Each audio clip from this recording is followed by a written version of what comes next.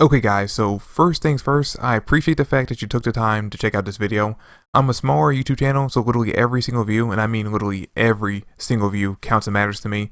So again, thank you for taking the time to actually check out this video on a, basically unknown YouTube channel. Now, full disclosure, I kind of fucked up. Literally throughout the entire video, I keep calling all for one, one for all. Literally throughout the entire thing, I don't think there's even one time where I don't call him that. And I really did not catch it until I got to basically the end of the editing process. And by the time I realized that I had basically fucked up with that, it was a little too late for me to really do anything about it because my schedule's a little too packed right now for me to re-record this video and get it done and edit it in time to basically have it up before the leaks for the chapter end up coming out. So it was either basically scrap the entire thing, which I spent hours of recording and editing time on, or put this short disclaimer in the beginning of the video. So again, like I said, I fucked up. I'm sorry. I'm just going to have to own up to it and move on and hope I do better in the future. But yeah, guys, besides that, I hope you enjoyed the video and let me know in the comment section down below what you thought about it. Okay guys, so it looks like One for All was not joking around at the end of chapter 296 when he said that he was not going to give us even a day's of rest. Because honestly, I thought going to chapter 297, 298, and 299, we might slow the pace down a little bit, basically give characters the time to recuperate before we get into any big events going forward. But nope, Horikoshi decided in chapter 297 to give us the most intense setup chapter that we've gotten in a long time. Because I mean, after we just got done a whole 38 chapter war arc, what could be more intense than having the immediate next chapter be One for All, who is still controlling Shigaraki's body, by the way, breaking into Tartarus, the most secured prison that we've seen so far in the whole My Hero Academia universe, and breaking out not only his original body, but every single villain that was held there. Like seriously, the ending of chapter 297 set up so much and has me so excited for 298 that I cannot wait, because by the time that this video goes up, like maybe in a day or two afterwards, we should begin the leaks for it, and I am excited for 298's leaks. I cannot wait to see what happens, what Horikoshi's planning on doing, although I do have my own theory as I read the chapter about like 4 times on Sunday. I do have my own theory as to what Horikoshi's planning on doing, and that's mostly what this video is going to be about, basically talking about my theory for chapter 298. So I do want to preference again that the leaks are not out yet as I'm recording this video. Okay, so getting that out of the way and jumping right into the theory, I think we can pretty much all agree, especially since he pretty much says it at the end of the chapter, that what Horikoshi is doing at the end of chapter 297 is setting up a brand new league of villains who are going to be falling under All for One now instead of Shigaraki. Because Shigaraki had his chance, he built up a league of villains, he built up an army for a league of villains, and even though he did a lot of damage and, killed some heroes off and, did a lot of work, he still ultimately ended up failing. So because of that, One for All is now stepping in, saving the day, and basically saying, hey, you had your chance, let Papa take over now. And the first thing he's trying to do is refill the ranks, because as we know, in the last arc we lost 4 members of the League of Villains. Those 4, of course, being Twice, who unfortunately died, Toga, who's kind of MIA right now, and Compress and Gigantomachia, who were both been captured. So that's 3 main members of the League of Villains and their biggest muscle who are now at the table. And of course the first thing that One for All would want to do is basically refill those spots. And in this chapter on page 6, Horikoshi actually gives us a roster of 6 people who could potentially end up filling those spots and basically taking over as the new members and the new main members of the League of Villains. And those 6 people end up being, of course, Kurogiri, Overhaul, Stain, Muscular, I think the guy's name is Moonfish, the guy with the teeth, and a brand new female character that we've never been introduced to before. And that's basically what my theory video is all about, talking about which of those 6 characters would actually end up joining the League of Villains, because I doubt that all 6 members would end up joining, and there's no reason for all 6 to join, because we really only need to fill 3 to 4 spots. So to start off, I think there's no real question that Muscular and Moonfish are going to end up joining up with the League of Villains, because there's no downside to them joining. For one thing, Moonfish has a huge obsession with eating flesh, and I doubt that One for All would really get in the way of that as long as he's not trying to eat his flesh or any of the League of Villains' flesh, and as long as he ends up accomplishing the goal that One for All has for him. And the same thing applies to Muscular because of the fact that he really just enjoys killing people, and I don't see One for All really getting in the way of that as long as he completes his missions that he's sent on. I don't see any downside to him really joining the League of Villains. Plus, on top of that, once he ends up finding out that Deku's one of the targets, since he more than likely has a grudge against Deku for being the one to defeat him and land him in Tartarus in the first place, I see no reason for him not to join once he ends up finding that out. So yeah, I think those 2 are pretty much a given for joining up with the League of Villains. And of course there's Kurogiri, who was already a member of the League of Villains prior to him being arrested and locked up in Tartarus, so I see no reason for him not to rejoin.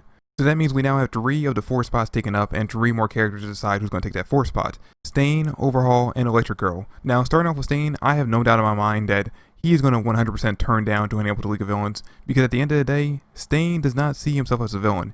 He thinks of himself as more of a martyr, for the hero community and really someone who corrects their path.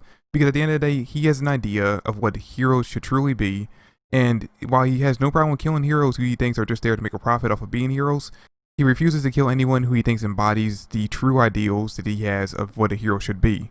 That's the reason why when he fought off against Deku, even though he probably could have killed Deku, he never did, because of the fact that he actually does think that Deku truly embodies the hero spirit that he actually believes in.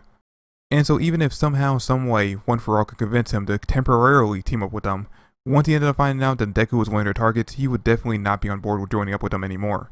So what I think is going to end up happening with him, assuming that we finish off the whole Tartarus arc at the end of chapter 298, he's going to go off on his own and continue his whole hunting heroes journey until he eventually either gets caught or he gets folded back into the plot and helps out Deku with fighting off against the League of Villains.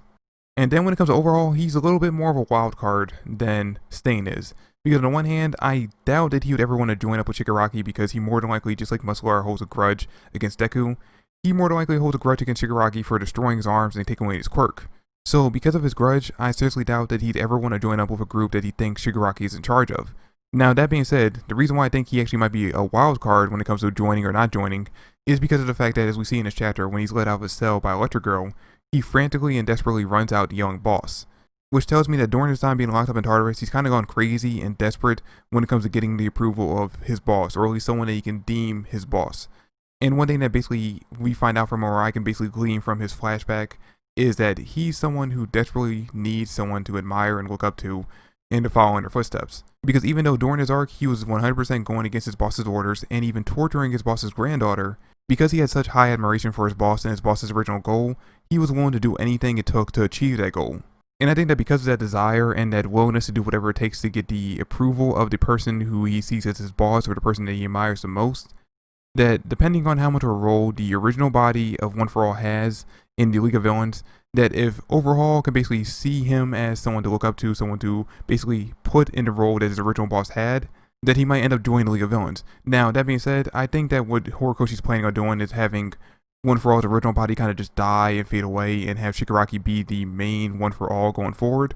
So if that ends up happening, then I think that Overhaul's just going to leave. He's not going to end up joining the League of Villains if Shigaraki, even though One For All is technically in charge, if Shigaraki's body is the main leader of the new League of Villains, then I see Overhaul have nothing to do with it. And Overhaul leaving actually goes hand in hand with what I think is going to end up happening with Electric Girl, because of the fact that I think that if Overhaul leaves, I think she's going to end up joining up with him and be kind of like their own faction or their own group going forward. Because of the fact that there was no reason, if they're not going to end up being like a pairing going forward, there was no reason for Horikoshi to have that scene where she's the one to let Overhaul out of his cell. Because I mean, there was a million other ways for Overhaul to get out of his cell. It didn't have to involve her letting him out. So because of the fact that Horikoshi let her, or had her let him out, that means that the two of them are going to be paired up going forward. That they're going to have some kind of like working relationship at least going forward from here. So yeah, that's pretty much my theory, that 3 of the 6 characters that we see on page 6 are going to end up joining the League of Villains, while the other 3 don't.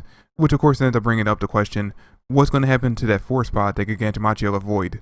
And I think that because of the fact that Gigantomachia wasn't really a main member of the League of Villains, he was just kind of like their not really their hired muscle, but kind of like their muscle that they call in whenever they needed him, that his spot doesn't really need to be filled. But if Horikoshi actually does want to fill his spot up, then because of the fact that we don't know all the characters who are locked up in Tartarus, this is a chance for him to create a brand new character right now to fill up that 4th spot. And also to think that the case Horikoshi doesn't want to create a brand new character on top of the Electric Girl, that maybe Gigantomachia and Compress could actually rejoin the League of Villains, just be freed from their custody. But I think because of the fact that in the beginning of the chapter that Horikoshi made it clear by having a character state that Gigantomachia and Compress were going to be transferred to the prison the following day, and that they weren't there just yet, meant that Horikoshi's kind of taking them off the board for right now. Maybe they'll show up in later arcs, but for right now, they're going to be kind of like MIA, or kind of like just locked up in a different prison besides Tartarus.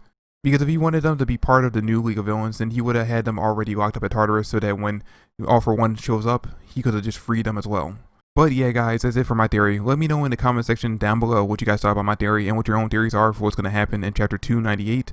I can't wait to read them. But yeah, that's pretty much it for the video. Thanks for watching. I hope you enjoyed. If you did, drop me a like, subscribe to the channel. I would greatly appreciate it. Comment down below your thoughts and theories like I said, and I will catch you guys in the next video. Peace.